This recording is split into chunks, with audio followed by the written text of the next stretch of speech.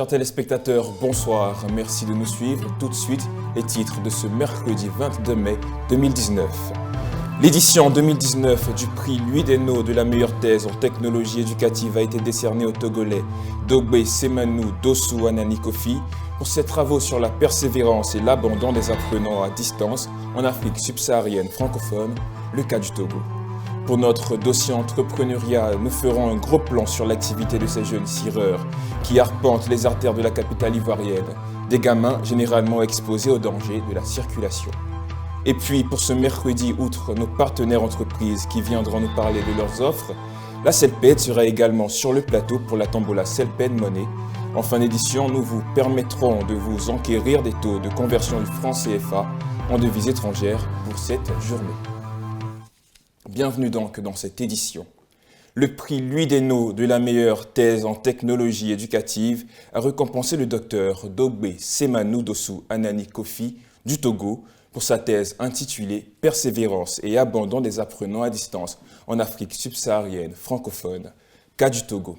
C'était lors de la 5e édition de ce prix international organisé par l'Université de Mans en Belgique en partenariat avec l'AUF et qui récompense chaque année depuis 2014 une thèse de doctorat produite dans l'espace de la francophonie en Afrique et qui porte sur l'usage des technologies dans le domaine de l'éducation.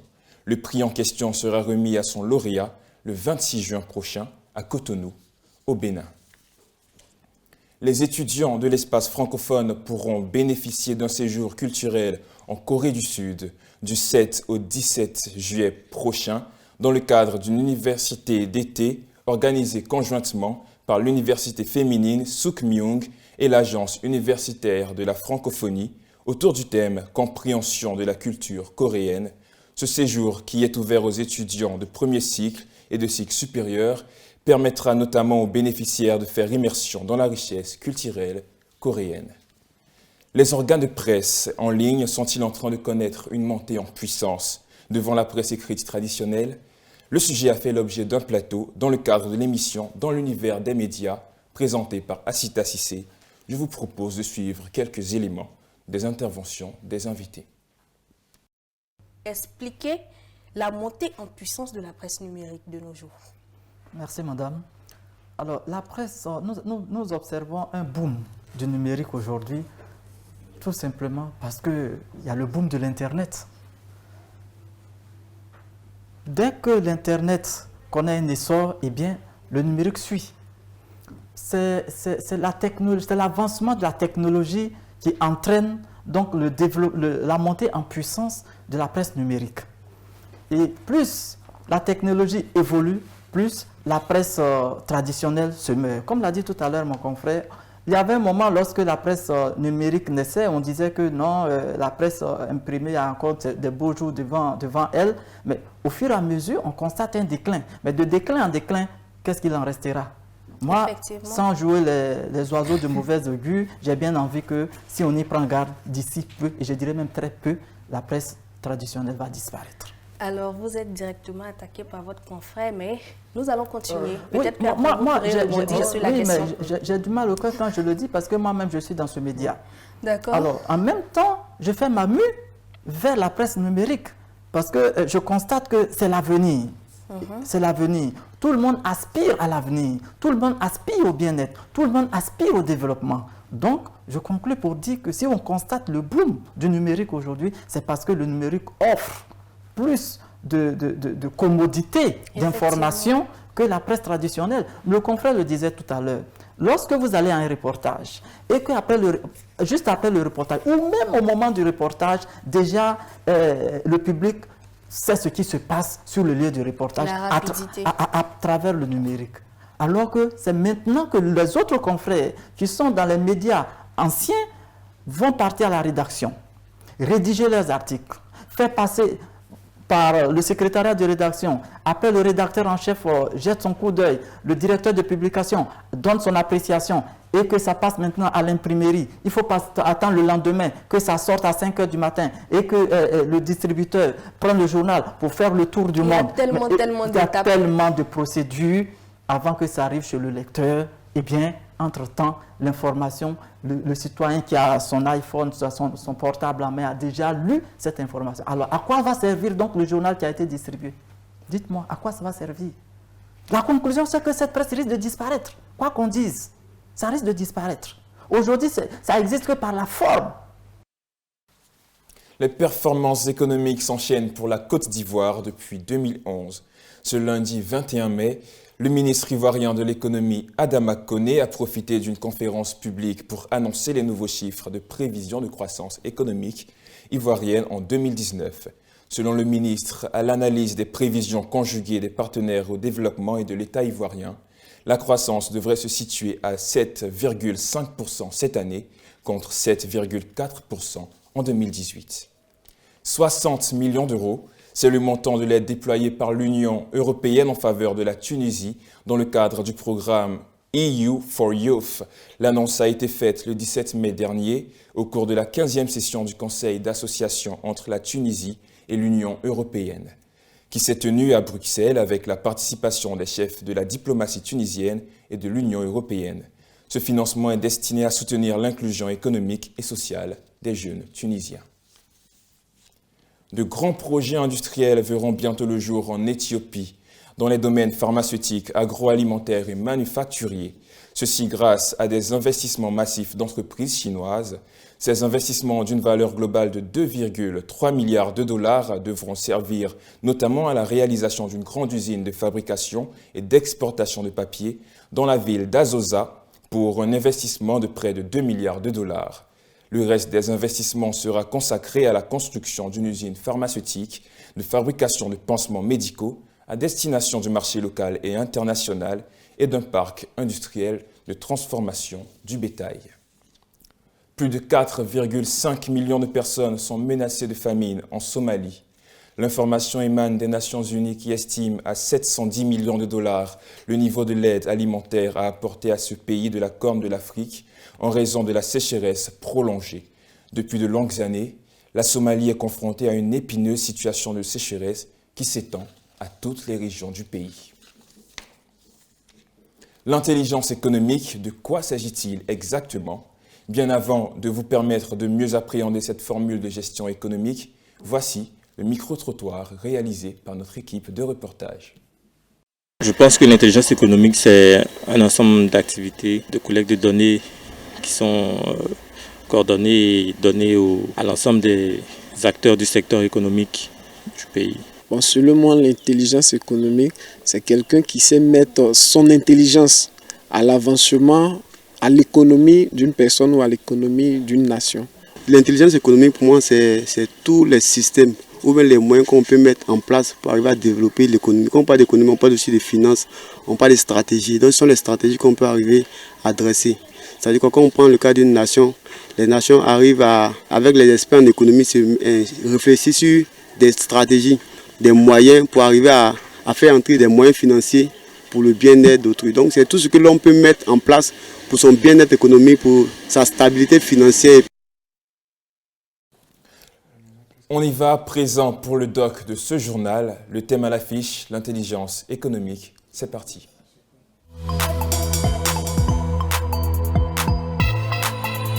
L'intelligence économique est l'ensemble des activités coordonnées de collecte, de traitement et de diffusion de l'information utile aux acteurs économiques en vue de son exploitation. On peut y ajouter les actions d'influence et de notoriété ainsi que celles liées à la protection de l'information. Elle se distingue de l'espionnage économique et ou industriel car elle se pratique ouvertement et utilise uniquement des informations blanches ou grises par des moyens légaux. Pour aller plus loin que le cadre légal, les professionnels du secteur conçoivent l'intelligence économique dans un esprit de déontologie et d'éthique.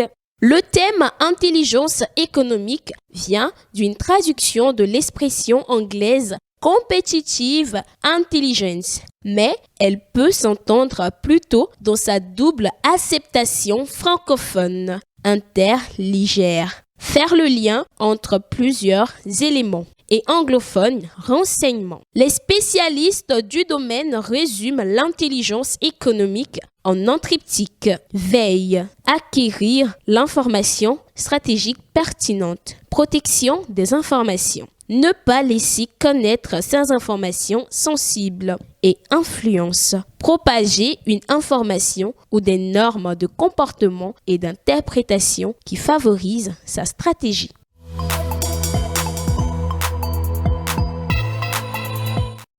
C'est maintenant l'heure de l'espace partenaire et c'est en compagnie de Monsieur Yaoyan, commercial à la SAT, Société agricole de transformation, que nous allons débuter. Bonsoir monsieur, bienvenue sur notre plateau. Bonsoir monsieur Mboko. Alors la SAT, chez vous, vous avez un produit phare. Pouvez-vous nous en parler ainsi que des avantages de la consommation? D'accord, merci pour l'opportunité que vous me permettez d'avoir ce soir. D'accord. Il faut savoir déjà que la SAT est spécialisée dans la transformation des produits agricoles, en particulier le soja. Et de façon exceptionnelle, la SAT met devant, c'est-à-dire donne aux Ivoiriens, d'accord, permet aux Ivoiriens de pouvoir consommer le soja sous une autre forme, d'accord, sous la forme liquide. D'accord. Nous avons un lait de soja bio, voilà, qui est naturel, qui est fabriqué en Côte d'Ivoire par des Ivoiriens et par des spécialistes. Donc, il faut savoir que ce lait-là est riche en fer, en calcium et en fibres. Il ne contient aucun cholestérol, d'accord, et il est utilisé par toutes les tranches d'âge. Donc, les enfants peuvent l'utiliser, les jeunes peuvent l'utiliser, ainsi que les GA. D'accord. Donc, de façon exceptionnelle, pour la période du Ramadan, il est très conseillé pour nos frères musulmans, voilà, qui sont dans cette période de pénitence. Cela leur permettra de pouvoir tenir bon, voilà, jusqu'à la fin et de ne pas avoir de séquelles corporelles concernant, voilà, après le jeûne. D'accord.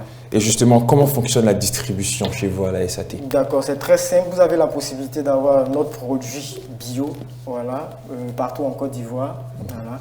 Et nous avons la possibilité aussi, sur des commandes, de vous les livrer chez vous à la maison. Donc, il n'y a pas de rupture. Donc, tant que vous voulez, tant que vous avez la possibilité de nous appeler, nous, on vient et on vous les livre chez vous à la maison. D'accord. Et où vous retrouvez, comment vous contactez par rapport à cela? Déjà, il faut savoir que notre usine se trouve à Touba. Voilà. Notre usine est basée à Touba avec nos plantations. Et au niveau d'Abidjan, nous avons nos locaux au niveau de Angré, voilà, vers Cache Djibi, non loin de Cache Djibi. Il suffit tout simplement de composer le 01 72 58 00 ou le 08 09 49 76 pour avoir de plus d'informations sur nos différents périmètres de livraison. D'accord, on va reprendre les contacts. D'accord, les contacts, voilà, pour être plus clair, c'est le 01 72 58 00 et le 08 09 49 76. D'accord, merci à vous, monsieur Yaoyan, commercial à la Société agricole de transformation. Je vous en prie. Et nous partons maintenant à Ouaga, où nous allons rencontrer monsieur Ogué Baounekoudje, directeur délégué à Achetec Ouaga.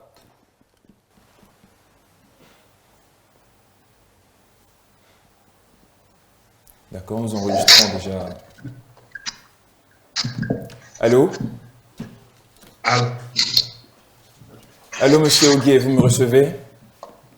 Oui, vous n'êtes pas bien. Alors, bonsoir, monsieur Ogué. Bienvenue sur le plateau de 2F TV.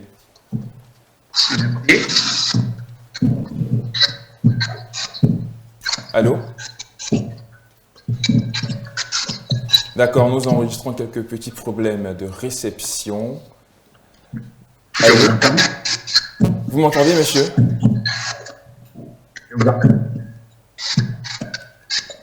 D'accord, nous enregistrons quelques petits problèmes de réception. Nous reviendrons sur cette entrevue dans quelques instants. Nous retournons dans les rues de la capitale économique ivoirienne et plus précisément sur les voies principales de circulation à la rencontre de ces gamins qui exercent le métier de cireur.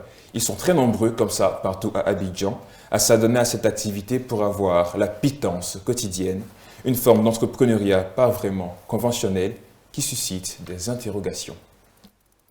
Lancés dans les méandres de l'incertain, pour ces jeunes cireurs de chaussures que l'on rencontre un peu partout à Abidjan, les journées ne sont jamais gagnées d'avance.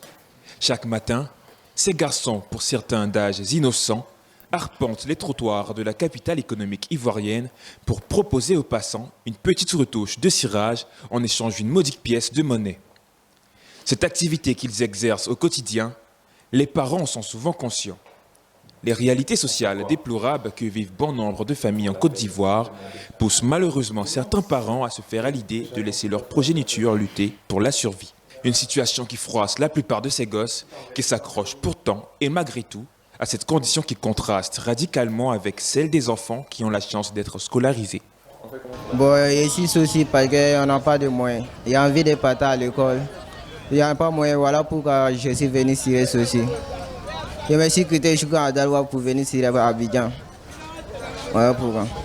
Il y a aussi ceux que l'on retrouve là avec les autres alors qu'ils doivent gérer simultanément leurs études. Mais avec quels moyens? Quand un coup matin, quand un coup le soir, il vient tirer le matin. Après le retour au cours à 14h. Souvent le samedi, il vient tirer puis il me retourne au cours pour avoir un peu d'argent, pour aider mes parents. C'est clair que ça fait quand même un peu trop pour un enfant. Pourtant, le constat est poignant. Si ce secteur prospère dans le temps, c'est par dépit. Et le mal est que cette forme d'entrepreneuriat, au bien fondé abscon, est encouragée, malgré tout, par une société impuissante qui finit, peut-être inconsciemment, par légitimer la normale. Avant de retrouver tout de suite nos partenaires CELPED pour la tombola, nous vous proposons de consacrer quelques instants pour vous imprégner des taux de conversion du franc CFA, zone Afrique de l'Ouest, sur le marché des devises pour cette journée. Regardez.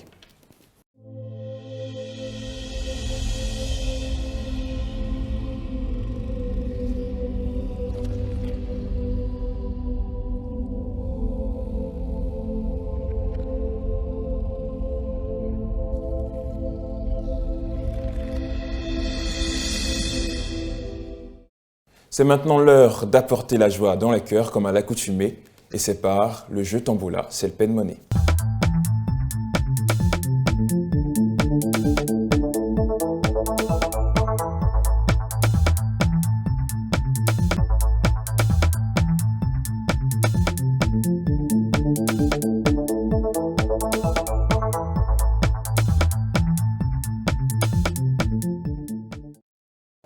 Et nous allons toujours, comme je le disais tantôt, apporter de la joie dans les cœurs. Et c'est parti pour le tirage CELPED Money d'aujourd'hui. Désormais, pour tous vos transferts d'argent, choisissez CELPED Money. C'est la solution la plus simple et la plus avantageuse. Vous savez pourquoi? Tout simplement parce que ça marche avec tous les réseaux et en plus, c'est moins cher. Vous pouvez le vérifier vous-même par les grilles tarifaires. Avec CELPED Money, votre argent sera payé quel que soit le montant et l'heure, grâce aux milliers d'agents agréés qui sont partout et les agents CELPED Finance qui sont dans les principales grandes villes de la Côte d'Ivoire. Vous voulez bénéficier de ces avantages? C'est simple. Installez rapidement l'application CELPED Money sur votre téléphone via Play Store ou App Store. Rendez-vous chez l'agent agréé ou dans une agence CELPED pour créer et recharger votre compte et envoyer de l'argent à qui vous voulez partout en Côte d'Ivoire, quel que soit son réseau. Ce n'est pas tout. Vous pouvez même gagner beaucoup d'argent grâce à la tombola CELPED Money. Ah oui, pour cela, gardez soigneusement le code tombola de la carte prépayée CELPED Money qui a permis de recharger votre compte ou votre numéro de transaction. Téléchargez gratuitement sur votre téléphone l'application de la Web TV 2EF TV sur Play Store ou App Store pour suivre le tirage au sort qui se fait chaque soir à 19 h sur cette télé. Votre numéro peut être tiré au sort et vous pouvez gagner gros. CELPED Money, c'est moins cher et ça marche avec tous les réseaux. Pour effectuer tous vos transferts d'argent, rendez-vous chez l'agent agréé CELPED ou dans l'agence CELPED la plus proche. Contact 22 41 55 85 ou la liste des agences et agents agréés sur www.celpedfinance.com. C'est parti maintenant pour le tirage. Eh bien, sans plus de suspense, nous allons effectuer le tirage de ce jour. Nous le voyons, ça tourne, ça tourne. Bientôt, nous retrouverons notre gagnant du jour. Voilà, nous allons donc maintenant confirmer. Bien. Notre vainqueur du jour de la tombola nous vient de la localité de Sakassou et a le code tombola D003313. Je répète, il nous vient de la localité de Sakassou avec le code tombola D003313. Bien, nous disons gagnant de se rendre dans le point agréé CELPED le plus proche pour recevoir sa cagnotte. C'était tout pour le tirage.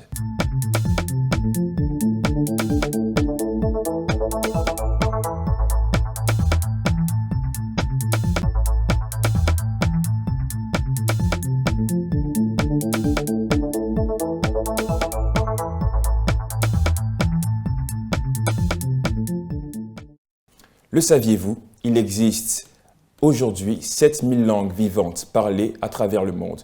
Merci de nous avoir suivis. Continuez de nous suivre sur www.2eftv.com ou via nos applications mobiles disponibles sur Google Play ou Play Store ou App Store. Et restez connectés pour la suite des programmes. Merci et au revoir.